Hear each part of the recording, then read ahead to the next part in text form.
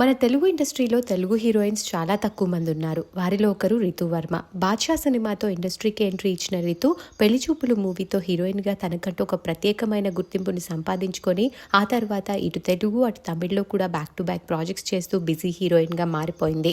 అయితే ఈ మార్చ్ 10న రితు తన 34వ బర్త్డేని సెలబ్రేట్ చేసుకున్నారు. ఆమెకి సోషల్ మీడియా వేదికగా శుభాకాంక్షలు వెల్లువెత్తాయి. ఈ బర్త్డే రోజున ఆమె నెక్స్ట్ ప్రాజెక్ట్స్కి సంబంధించిన ఫస్ట్ లుక్ పోస్టర్స్ని కూడా రిలీజ్ చేశారు.